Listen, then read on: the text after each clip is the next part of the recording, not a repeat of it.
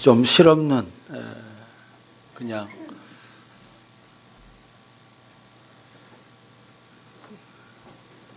사람들이 물어도 별로 진지하게 생각하지 않고 그런 질문 하나 먼저 드리겠습니다. 여러분은 왜 사십니까? 자주 묻지만 사실 대답이 그렇게 시원치 않죠. 뭘 위해 사는가?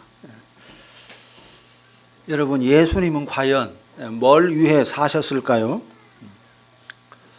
이 문제에 대해서 예수님이 친히 이렇게 말씀했습니다. 인자가 온 것은 섬김을 받으려 함이 아니라 오히려 섬기려 하고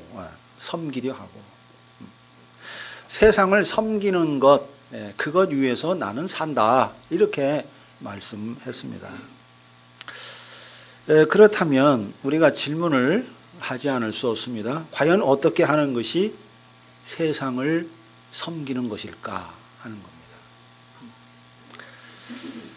많은 그리스도인들도 참 그 마음속에 나도 세상을 좀 섬기고 싶다, 뭐 이런 생각들은 다 하죠. 그런데 과연 어떻게 하는 것이, 어떻게 사는 것이 세상을 섬기는 삶일까? 여기에 대해서는 일치하지가 않는 것 같아요. 제각각 사람마다 다 다릅니다. 실업자 문제가 요즘 아주 심각하지 않습니까? 그래서 뭐 일자리 81만 개 공약을 문재인 대통령이 내세웠는데, 과연 이 실업자 없는, 실업자 제로 사회를 만드는 것일까요? 모든 사람이 만족할 만한 그런 사회 복지를 실현하는 것일까요? 갑이 을을 아주 자기 마음대로 흔드는 그런 횡포, 갑의 횡포를 없애는 것일까요? 부자와 가난한 자 사이에 이 부의 불균형, 이거를 조정하는 것일까요? 노동시간을 최소화하는 것일까요? 무상의료를 실시하는 것일까요? 아니면 누구도 행하지 못한 아주 위대한 역사적인 대업적을 성취하는 것일까요?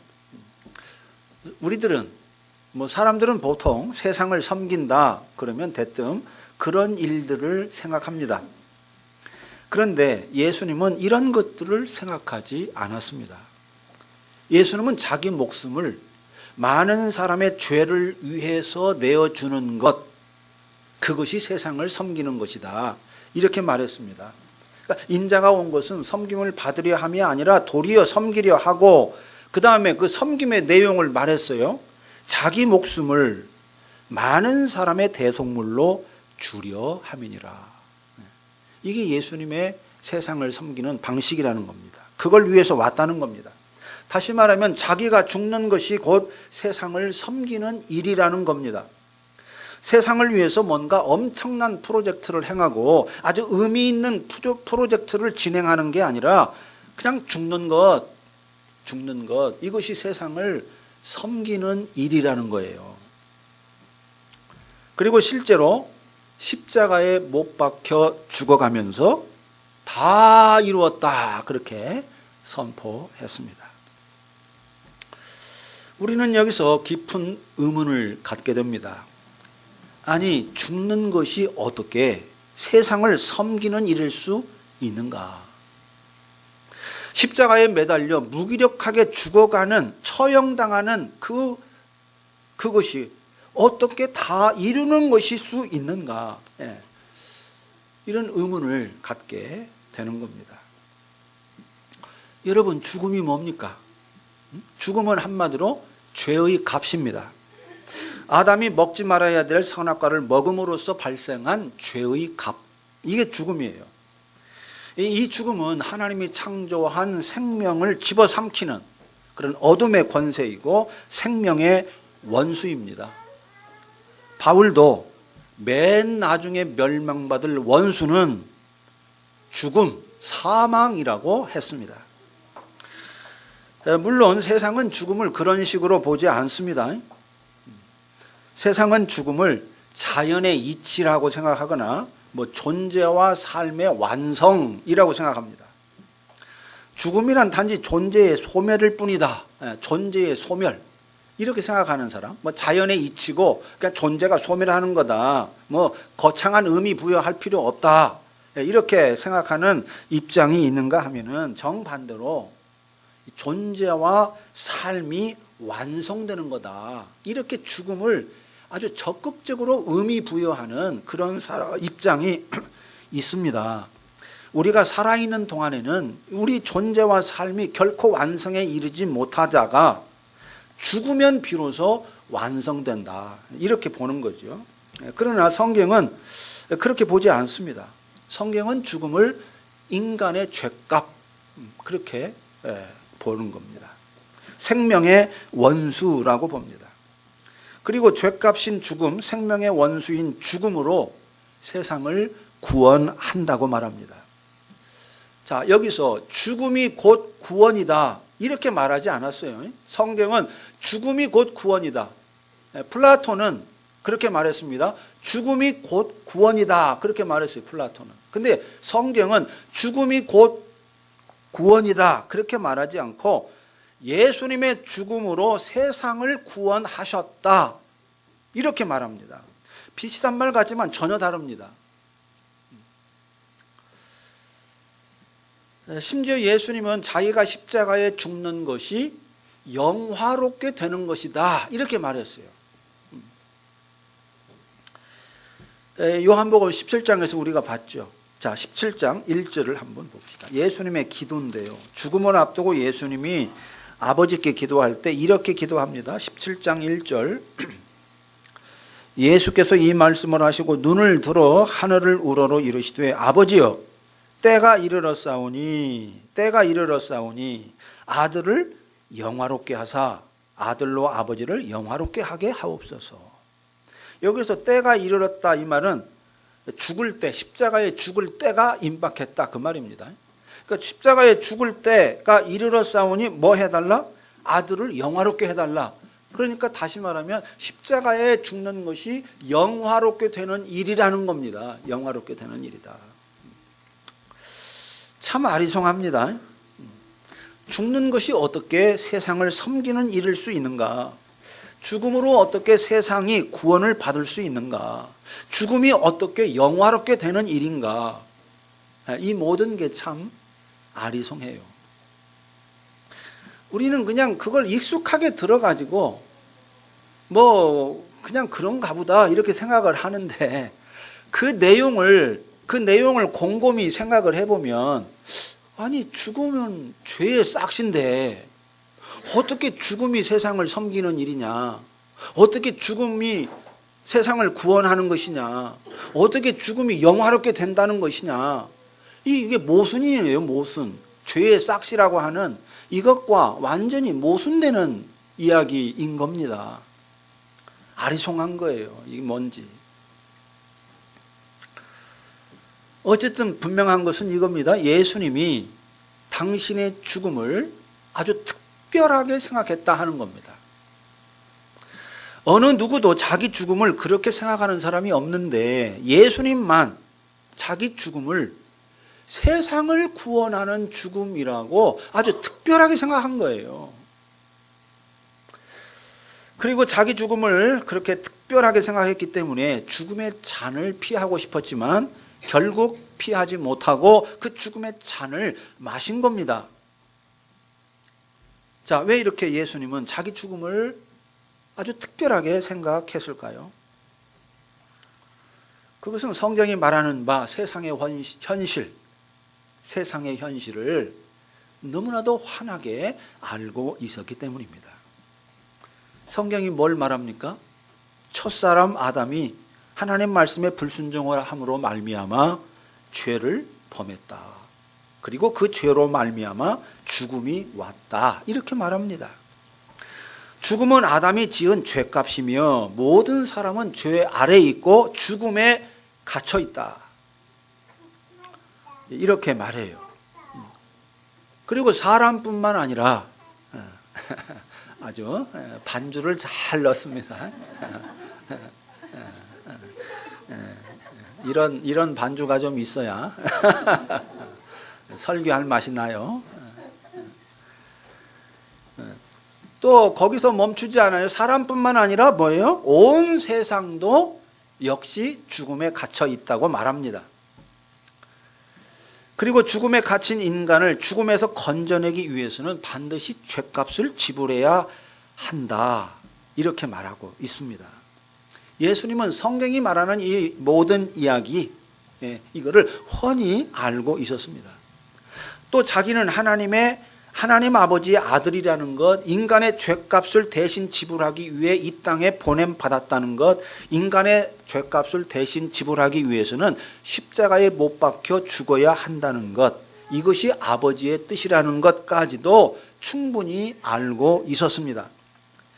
이처럼 죽음에 갇혀있는 세상의 현실, 인간의 현실, 이거를 훤히 알고 있었고, 또 자기의 죽음으로만 이 죽음에 갇힌 세상을 구원할 수 있다는 것도 알았기 때문에, 자기의 죽음으로서만 이 일이 가능하다, 이걸 알았기 때문에 자기의 죽음이 세상을 섬기는 일이고 세상을 구원하는 일이라고 아주 특별하게 생각한 겁니다.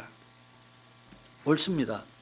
예수님 말씀대로 예수님의 죽음은 대속의 죽음입니다. 인간의 죗값을 대신 지불하기 위한 그런 죽음입니다. 그러나 이것이 우리가 알고 있는 예수님의 십자가에 대한 이해의 거의 전부입니다.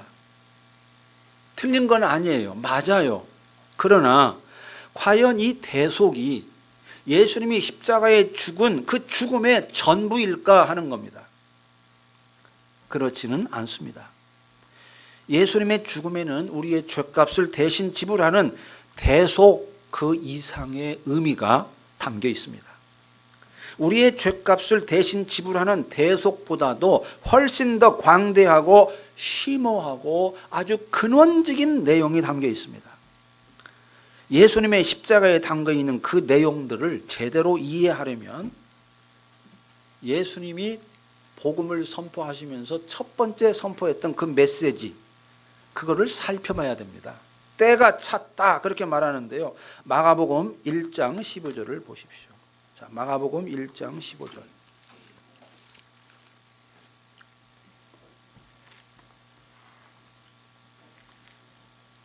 (14절부터) 봅시다. 요한이 잡힌 후 예수께서 갈릴리에 오셔서 하나님의 복음을 전파하여 이르시되, 자, 첫 번째 복음을 전파하는 겁니다. 갈릴리에서 뭐라고 전파했습니까?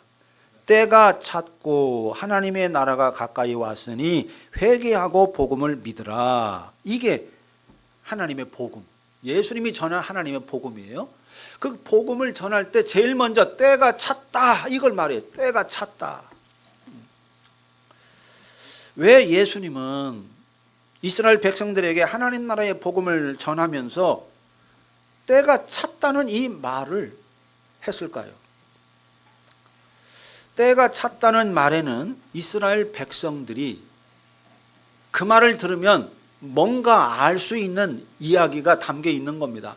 때가 찼다 이 말은 이스라엘 백성들이 어떤 때에 대한 이야기를 계속해 왔다는 사실이 내포되어 있는 겁니다.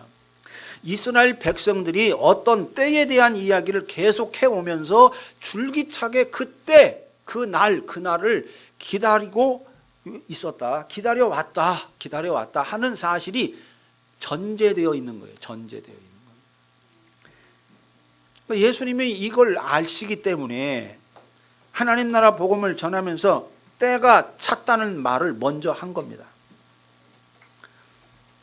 그러니까 이 때가 찼다는 말을 한 것은 이스라엘 백성들이 기다리던 바로 그때가 드디어 왔다 이 말을 한 겁니다. 그리고 내가 전하는 이 복음은 누구도 기대하지 않았던 갑작스럽고 기이한 일에 관한 것이 아니라 이스라엘 백성 전체가 오래전부터 듣고 기다려왔던 바로 그 일에 관한 이야기라는 겁니다. 이스라엘 백성들이 학수고대하며 기다리던 바로 그 일이 성취될 그 어떤 때, 어떤 날에 대한 이야기라는 겁니다. 내가 전하는 하나님 나라의 복음은 바로 여러분들이 기다려오던 그 날에 대한 이야기다 하는 거예요. 그 날에 대한 이야기다. 그렇다면 때가 찼다는 그때는 과연 어떤 때일까요? 구약이 말하는 모든 것이 사실은 그때에 관한 이야기인데요. 그때가 어떤 때일까요? 가까운 과거부터 하나하나 살펴보겠습니다. 자, 이사야서를 먼저 보겠습니다. 이사야서 55장입니다. 이사야 55장. 구약성경 이사야 55장. 제가 가지고 있는 성경은 1035쪽입니다.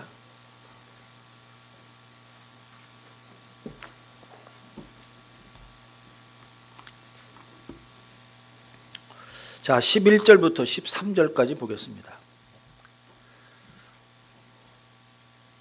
내 입에서 나가는 말도 이와 같이 헛되이 내게로 돌아오지 아니하고 나의 기뻐하는 뜻을 이루며 내가 보낸 일에 형통함이니라. 너희는 기쁨으로 나아가며 평안히 인도함을 받을 것이요 산들과 언덕들이 너희 앞에서 노래를 바라고 들의 모든 나무가 손뼉을 칠 것이며 잣나무는 가시나무를 대신하여 나며 화석류는 찔레를 대신하여 날 것이며 이것이 여호와의 기념이 되며 영영한 표징이 되어 끊어지지 아니하리라.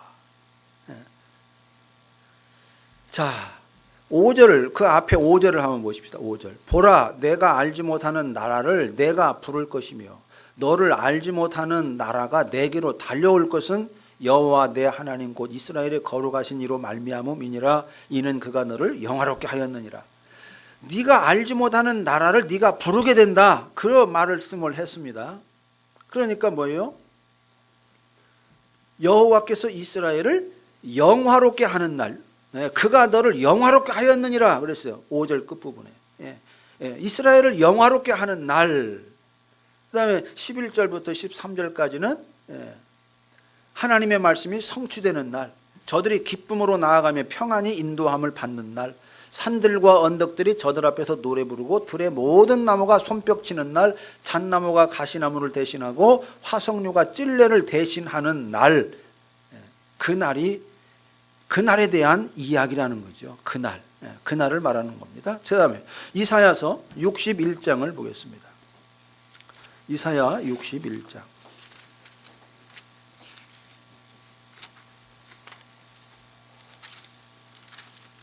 1절부터 4절까지. 주 여호와의 영이 내게 내리셨으니 이는 여호와께서 내게 기름을 부으사 가난한 자에게 아름다운 소식을 전하게 하려 하심이라. 나를 보내사 마음이 상한 자를 고치며 포로된 자에게 자유를, 갇힌 자에게 노임을 선포하며 여호와의 은혜의 해와 우리 하나님의 보복의 날을 선포하여 모든 슬픈 자를 이루하되 무릇 시온에서 슬퍼하는 자에게 화관을 주어 그 죄를 대신하며 기쁨의 기름으로 그 슬픔을 대신하며 찬송의 옷으로 그 근심을 대신하시고 그들이 의의 나무 곧 여호와께서 심으신 그 영광을 나타낼 자라 일컬음을 받게 하려 하심이라. 그들은 오래 황폐하였던 곳을 다시 쌓을 것이며 옛부터 무너진 곳을 다시 일으킬 것이며 황폐한 성읍 곧 대대로 무너져 있던 것들을 중수할 것이며. 이사야 선지자는 그때를 이렇게 설명하고 있습니다. 바로 이런 때가 온다는 겁니다. 그 다음 이사야서 11장에서는 제가 종종 많이 설명하는 그런 말이죠. 말씀인데 지혜와 총명의 영이 강림해가지고 공의로 세상을 다스리게 된다는 겁니다. 그래서 그날에는 이리가 어린 양과 함께 살고 표범이 어린 염소와 함께 눕고 송아지와 어린 사자와 살진 짐승이 함께 있어 어린 아이에게 끌리고 암소와 곰이 함께 먹고 사자가 소처럼 풀을 먹는다. 바로 이때 에스겔 선지자도 34장에서 말합니다. 여호와께서 자기 양을 찾되 흐리고 캄캄한 때에 그 흩어진 모든 곳에서 건져내는 날, 그들을 만민 가운데서 끌어내며 여러 백성 가운데서 모아 그 본토로 데리고 가서 이스라엘 산 위에와 시냇가에와 그 땅 모든 거주에서 먹이되 좋은 꼴을 먹인다. 바로 그날이라고 말합니다. 다니엘서는 그때를 가리켜서 옛적부터 항상 계신 이가 와서 지극히 높으신 이의 성도들을 위하여 원한을 풀어주시고 때가 이름에 성도들이 나라를 얻는다 그래서 나라를 얻는다. 성도들이 나라를 얻는 그날. 자, 이 이사야, 에스겔, 다니엘 선지자의 말을 종합하면은 예수님이 때가 찼다고 말했을 때 그날, 그때는 1차적으로는 어떤 날입니까? 이스라엘이 회복되는 날입니다. 이스라엘이 회복되는 날. 그리고 2차적으로는 피조 세계 전체가 구원받는 날입니다. 세계 전체가 질적으로 변화되는 거죠. 그러니까 예수님이 때가 찼다고 했을 때 그때는 다른 때를 말하지 않습니다. 이스라엘이 회복되는 때, 피조 세계 전체가 구원받는 그때가 찼다. 그 말을 한 겁니다. 근데 이 때는 거기서 멈추지 않습니다. 모세, 아브라함, 아담과도 연결이 되어 있습니다. 자, 출애굽기 6장을 한번 보겠습니다.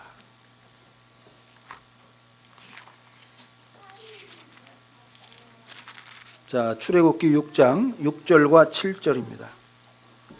하나님이 모세를 부르시면서 이렇게 말합니다. 그러므로 이스라엘 자손에게 말하기를 나는 여호와라. 내가 애굽 사람의 무거운 짐 밑에서 너희를 빼내며 그들의 노역에서 너희를 건지며 편팔과 여러 큰 짐승 심판들로서 너희를 속량하여 너희를 내 백성으로 삼고 나는 너희의 하나님이 되리니 나는 애굽 사람의 무거운 짐 밑에서 너희를 빼낸 너희의 하나님 여호와인 줄 너희가 알지라. 예, 여기서 하나님이 모세에게 하는 말씀, 내가 너희를 가나안 애굽에서 이끌어내는데 그래가지고 뭐 하느냐? 너희를 내 백성으로 삼고 나는 너희의 하나님이 되겠다. 그 말씀을 하셨어요. 또 창세기 12장으로 한번 가봅시다. 창세기 12장 3절. 아브라함을 부르실 때 하나님이 이렇게 말합니다. 아주 유명한 말씀이죠. 너를 축복하는 자에게는 내가 복을 내리고 너를 저주하는 자에게는 내가 저주하리니 땅의 모든 족속이 너로 말미암아 복을 얻을 것이라. 땅의 모든 족속이 너로 말미암아 복을 얻는다. 복을 얻는다. 바로 예수님이 말씀하신 때가 찼다고 말했을 때 그때 이 말은 예수님의 후손으로 말미암아 아브라함으로 말미암아 모든 족속이 복을 얻게 되는 때, 이 때가 찼다 그 말이죠. 그 다음에 창세기 3장으로 가봅시다. 창세기 3장 15절. 자, 하나님이 아담에게 뱀과 아담에게 하는 말입니다. 내가 너로 여자와 원수가 되게 하고 내 후손도 여자의 후손과 원수가 되게 하리니 여자의 후손은 내 머리를 상하게 할 것이요 너는 그의 발꿈치를 상하게 할 것이니라. 예, 바로 이 말씀과도 연결이 되어 있어요. 이 말씀들을 종합하면 때가 찼다. 이 예수님의 말씀은 하나님이 모세에게 약속한 것을 최종적으로 성취할 때가 됐다 그 말이고요. 하나님이 아브라함에게 약속한 것을 최종적으로 성취할 때가 됐다 그 말이고, 또 하나님이 아담에게 말씀한 것을 최종적으로 성취할 때가 됐다. 바로 그 말입니다. 결국 때가 찼다는 예수님 말씀은 첫사람 아담으로부터 시작해서 아브라함과 모세를 거쳐서 수많은 선지자들이 말했던 바로 그날 그것과 연결이 되어 있습니다. 다시 말하면 온 이스라엘이 학수고대하던 날, 다니엘이 보았던 그 묵시적인 승리의 그날과도 연결이 되어 있습니다. 그리고 이것이 바로 성경 말씀의 핵심 줄거리입니다. 하나님이 처음부터 일관되게 말씀하신 것은 다른 이야기가 아니에요. 여자의 후손을 통해서, 좀 더 구체적으로는 아브라함과 그의 후손을 통해서 온 세상을 구원하겠다. 바로 그 이야기예요. 죽음에 갇혀있는 세상을 죽음에서 구출하겠다. 그 이야기입니다. 죽음에 종살이 하는 데서 해방하여 생명살이 하도록 하겠다. 이게 성경이 말하는 아주 거대한 줄거리입니다. 예수님이 말씀하신 것도 바로 그 이야기예요. 아버지께서 하시겠다고 말씀하신 바로 그 일이 이루어질 때가 드디어 왔고 내가 그 일을 하기 위해서 왔다. 그 이야기를 하신 겁니다. 실제로 예수님은 그 일을 하도록 세상에 보냄을 받았습니다. 여호와께서 아담에게 말씀하셨던 바로 그 일, 여호와께서 아브라함에게 말씀하시고 모세에게 말씀하시고 다윗에게 말씀하시고 이사야에게 말씀하시고 다니엘에게 말씀하셨던 바로 그 일을 하라고 보냄을 받았습니다. 우리가 원하는 것, 우리가 꿈꾸는 것, 우리가 욕망하는 것, 그거 이루어 주라고 보냄 받은 게 아니에요. 그리스도인들은 자꾸만 예수님을 우리가 원하는 것, 우리가 꿈꾸는 것, 우리가 욕망하는 것을 이루어 주시는 분이라고 생각을 합니다. 그런데 예수님은 우리가 원하는 것을 이루어 주는, 우리의 욕망을 채워주는 그런 도우미로, 우리의 도우미로 보냄받지 않았습니다. 오직 아버지께서 말씀하시고 약속하신 그 일, 그 일을 이루라고, 그 일을 행하라고 보냄을 받은 겁니다. 그래서 공생의 3년 동안 그 일에 집중했습니다. 그리고 그 일만이 진정으로 세상을 섬기는 일이고 세상을 구원하는 일이라고 믿었기 때문에 십자가에 죽어가면서 다 이루었다, 그렇게 선포한 겁니다. 아버지께서, 하나님 아버지께서 약속하신 바로 그 일, 온 이스라엘 백성들이 학수고대하며 기다렸던 바로 그 날의 일을 다 이루었다고 선언하신 겁니다. 그래서 영국의 신약학자인 톰 라이트는 예수님의 십자가를 다음과 같이 기술했습니다. 단지 우리의 한 사람 한 사람의 죄값을 대신 지시기 위해서 십자가에 죽었다, 그렇게 말하고 있지 않아요. 그것도 포함하지만은 훨씬 더 광대한 이야기를 톰 라이트가 정리해서 이렇게 말합니다. 십자가는 이스라엘의 이야기가 그 절정에 도달한 순간이다. 십자가는 마침내 그들의 하나님이 그의 나라를 가지고 돌아오시는 광경을 예루살렘 성의 파수꾼이 목격한 순간이다. 십자가는 하나님의 나라가 이 세상의 나라의 승리를 거둔 순간이다. 십자가는 우리의 첫 불순종 이후로, 아담의 첫 불순종 이후로 잠긴 채 막혀있던 거대한 옛 문이, 그 아담이 에덴 동산에서 쫓겨날 때 불칼이 거기 에덴 동산 들어가는 입구를 막았지 않습니까? 그 문이 막혔어요.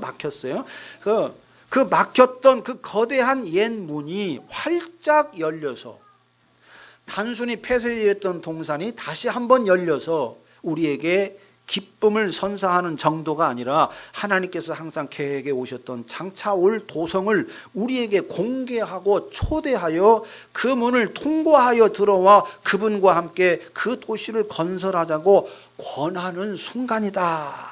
이렇게 아주 감동적으로 묘사를 했습니다. 진실로 그렇습니다. 예수님이 십자가에 죽는 순간은 하나님의 섭리가 최절정에 이른 순간이었습니다. 온 세상을 향한 아버지의 뜻이 최종적으로 성취된 순간이었습니다. 종말론적인 구원이, 종말에 성취될 그 구원이 역사 속에서 최종적으로 성취된 순간이었습니다. 우리는 보통 예수님의 십자가 죽음을 내 죄를 대속한 죽음이라고만 생각하는데 전혀 그렇지 않습니다. 예수님의 십자가 죽음은 내 죄값을 대속하는 것뿐만 아니라 그보다 훨씬 광대하고 심오하고 근원적이고 풍성한 내용을 담고 있는 그런 사건입니다. 하나님이 창조한 온 세계의 어제와 오늘과 내일의 운명이 전환되는 위대한 우주적 대전환의 사건인 겁니다.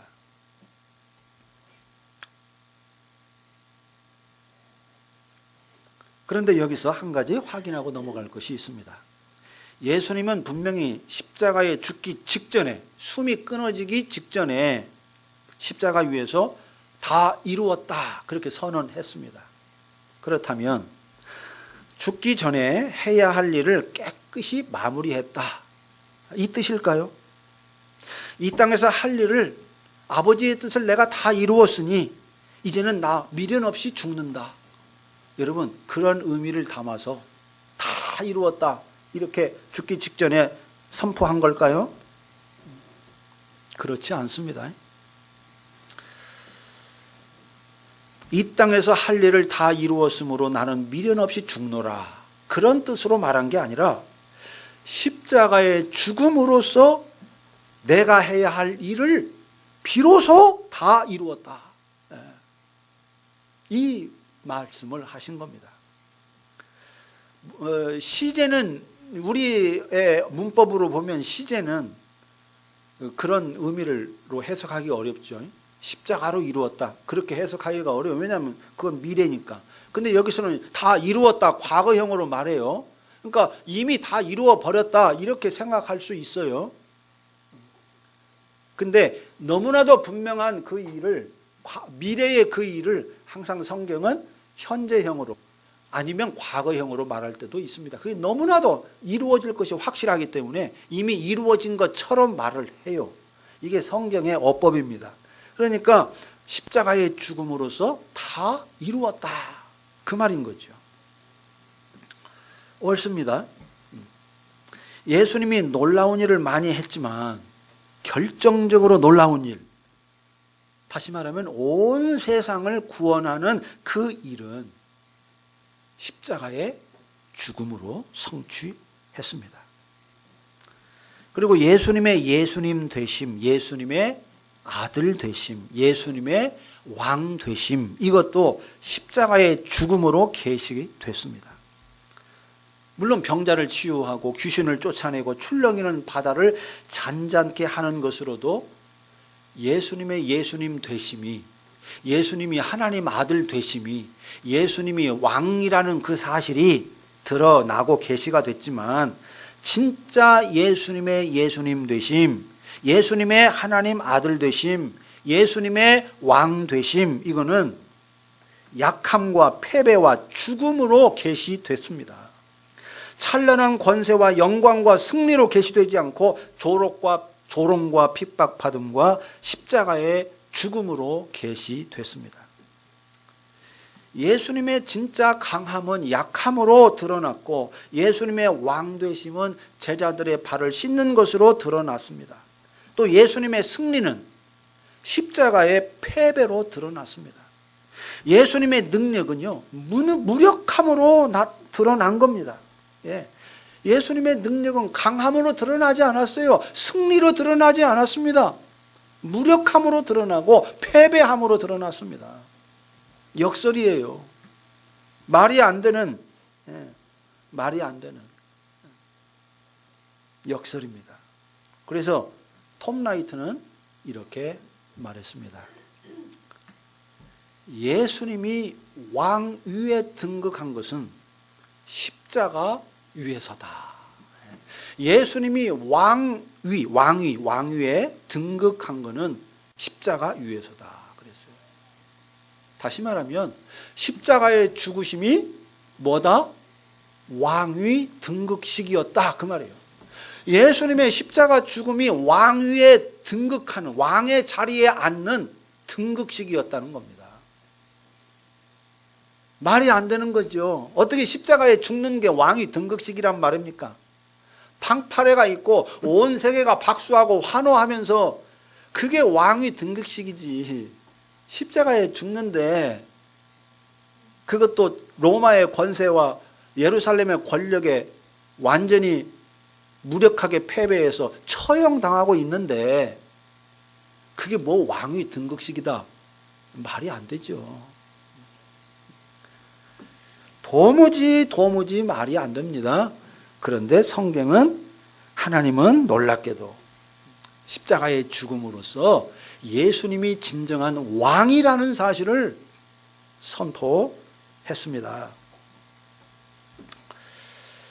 하나님의 나라는 이건 뭘 말해줍니까? 하나님의 나라는 지배하고 파괴하는 그런 힘의 승리로 세워지지 않고 약함과 패배로 세워진다. 그 메시지를 전하는 겁니다. 예수님은 지금도 같은 방식으로 세상을 다스리고 있습니다. 지배하고 군림하는 방식이 아니라 패배하고 조롱당하는 방식, 사랑으로 섬기는 방식으로 아주 고요하게 그리고 비밀스럽게 세상을 다스리고 있습니다. 어떤 다스림도 없이 온 세상을 다스리고 있어요. 이게 하나님의 다스림의 특징입니다. 하나님의 다스림은요, 다스림 없이 다스립니다. 다스림 없이 다스린다. 누구나 할 수 있는 게 아니죠. 하나님만 할 수 있는 실력입니다. 사람은 못해요. 사람은 다스리면 반드시 권세를 행해야만 합니다. 권세를 행해야, 힘을 사용해야만 다스릴 수 있습니다. 이게 사람의 한계예요. 근데 하나님은요, 다스리지 않으면서 다스려요.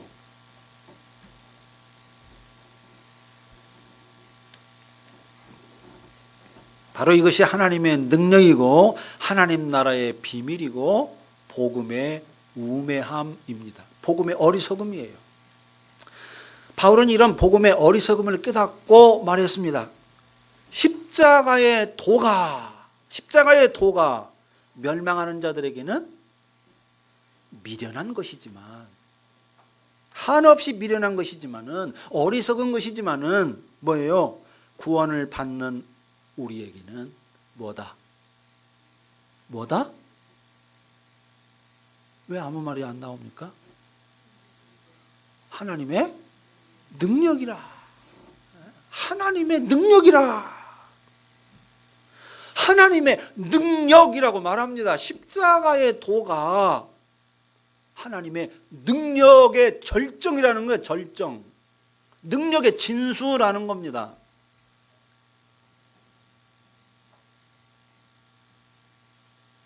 근데 구원받지 않은 자들에게는 뭐예요? 그 미련한 거예요. 말이 안 돼. 도무지 말이 안 돼. 어리석은 이야기에 불과한 거예요. 여러분, 예수님의 십자가는요, 하나님의 능력과 하나님의 영광과 하나님의 사랑을 드러내는, 계시하는 그런 최고의 계시였습니다. 믿으십니까? 네. 정말이에요. 그러므로 여러분, 하나님의 영광, 하나님의 능력, 하나님의 사랑을 보려거든 십자가를 바라보십시오. 십자가에 매달린 예수에게서 하나님의 영광을 보지 못한 자는 결코 하나님의 영광을 볼 수가 없습니다. 십자가에 매달린 예수에게서 하나님의 능력을 보지 못한 자는 결단코 하나님의 능력을 알 수가 없습니다. 십자가에 매달린 예수에게서 하나님의 사랑을 보지 못한 자는 결코 하나님의 사랑을 알 수가 없습니다.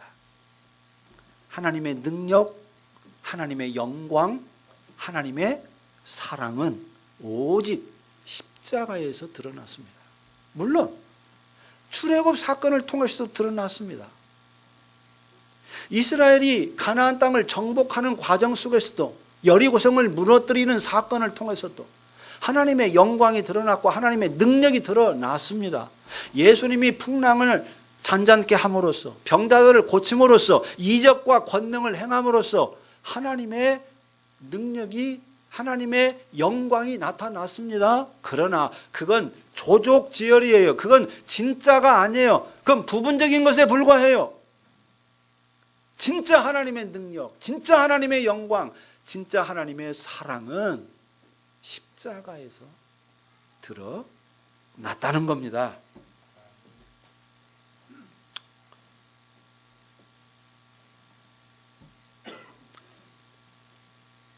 하나님은 지금도 2000년 전과 같이 십자가에 나타난 능력, 십자가에 나타난 영광, 십자가에 나타난 사랑으로 온 세상을 다스리고 있습니다.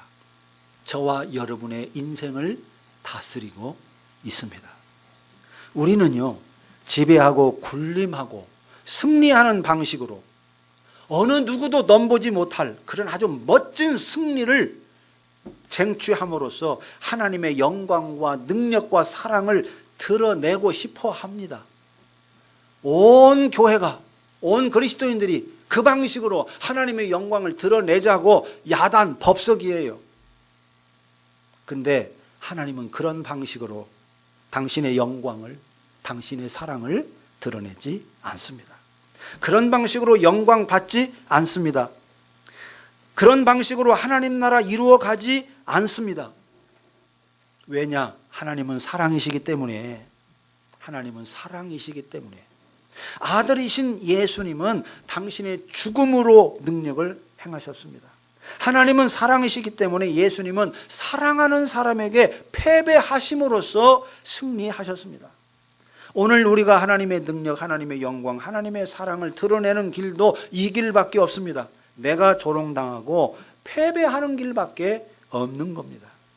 하나님은요, 나를 조롱당하게 함으로써 영화롭게 하십니다. 하나님은 나를 무너뜨림으로써 세우십니다. 하나님은 나를 패배하게 함으로써 구원하십니다. 하나님은 참으로 얄궂은 분이세요. 아주 얄궂습니다. 나를 조롱당하게 함으로써 영화롭게 하시고 무너뜨림으로써 세우시고 죽음의 골짜기를 지나게 함으로써 생명을 살게 하십니다. 여러분 분명히 기억하십시오.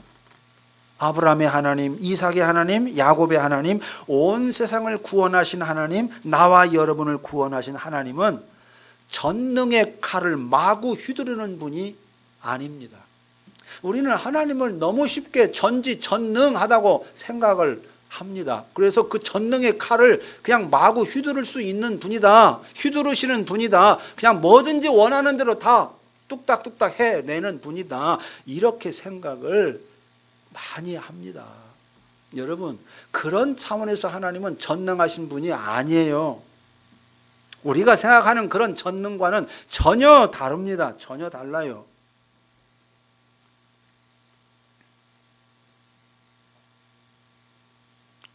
하나님은 그저 잠잠히 십자가에서 죽음을 당하시는 분입니다. 전능하신 분이 십자가에서 아무 소리 없이 죽음을 당하세요.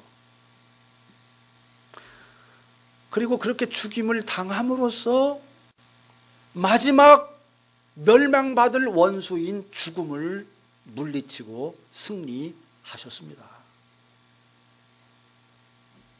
참으로 얄궂은 방식이죠.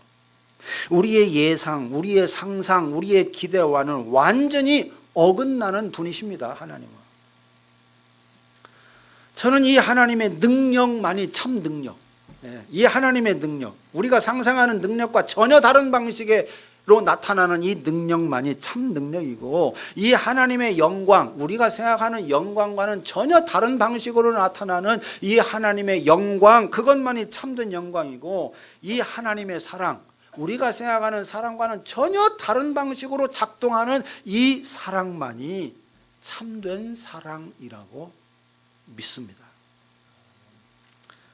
저는요, 나를 무너뜨림으로써 세우시는 그 하나님, 온 세상을 심판함으로써 구원하시는, 온 세상을 심판함으로써 구원하시는 그 하나님, 저는 하나님이 그런 분이기 때문에 그 하나님을 신뢰합니다.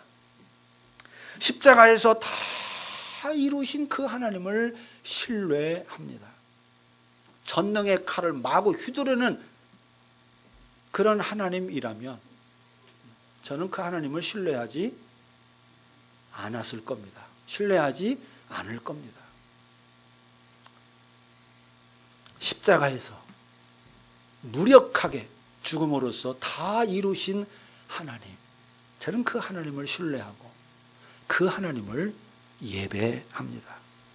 저는 그 하나님을 예배하는 게 너무너무 감사하고 기쁘고 영광스럽고 만족스럽습니다. 정말로 감사합니다. 저는 그 하나님만을 압니다. 하나님이라고 믿습니다. 여러분이 믿는 하나님은 어떤 하나님입니까? 다 같이 기도합시다.